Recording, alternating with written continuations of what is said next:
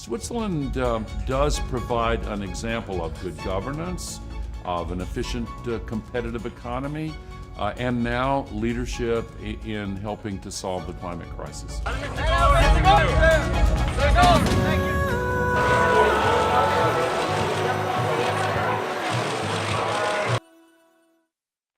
Mr. Vice President, thank you very much for having us. Is Mr. Vice President actually how people call you? It's a common way that people do it, but it doesn't matter. Al is fine.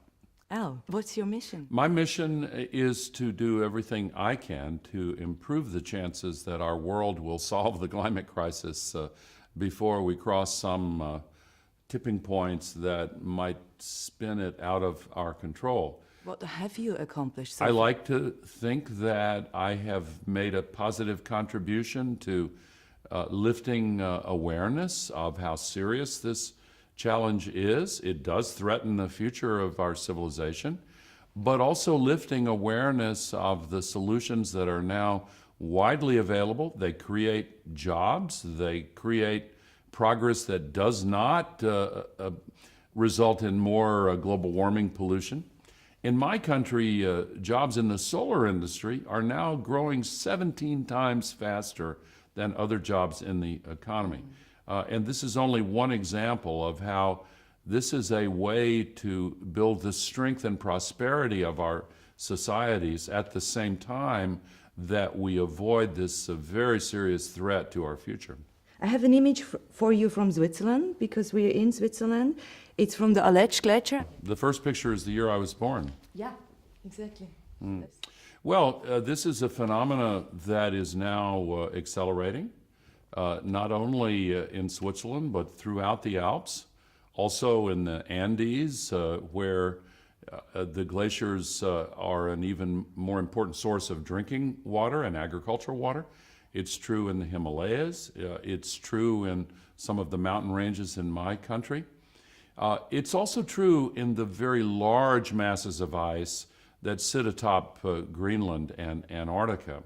And those are the sources of the accelerating sea level rise, which is now threatening many coastal cities, low-lying island nations, and regions like Bangladesh, where tens of millions of people have to relocate. It's actually melting away. Yeah. So what do you think, what can Switzerland do in the future in terms of climate change? Well, you saw only 6 weeks ago in Bondo the terrible rock slide, and of course it's a complicated phenomenon, but it's an example of many rock slides and landslides and mudslides associated with the melting of the mountain ice and the thawing of the permafrost. But here in Switzerland and in other alpine nations, the beauty of these glaciers is also something that many people are concerned about. And of course, winter sports. Many of the ski resorts, now the ones that are higher in altitude are the ones that are still going. I work with ski towns around the world with the I Am Pro Snow organization to stimulate these solutions. And the solutions are, again, available, shifting to renewable energy, shifting to efficiency, the use of electric vehicles, sustainable agriculture and forestry. There are many parts of the solution. But the single most important is to shift away from the burning of fossil fuels, because we're now putting 110 million tons of global warming pollution into the atmosphere every day. So what do you think, how is Switzerland doing? Switzerland is providing inspiring leadership. I must say, like every country, it could do more, but I want to emphasize how much I admire the leadership Switzerland is providing. The government and also the voters who have prompted some of this progress. So I would like to express my thanks to the people of Switzerland for providing leadership. Switzerland is an admired country, and it does provide an example of good governance, of an efficient, competitive economy, and now leadership in helping to solve the climate crisis. Right. So you think we're doing well? I do. Every nation can do more. I put my country at the top of that list, but we are now seeing a shift.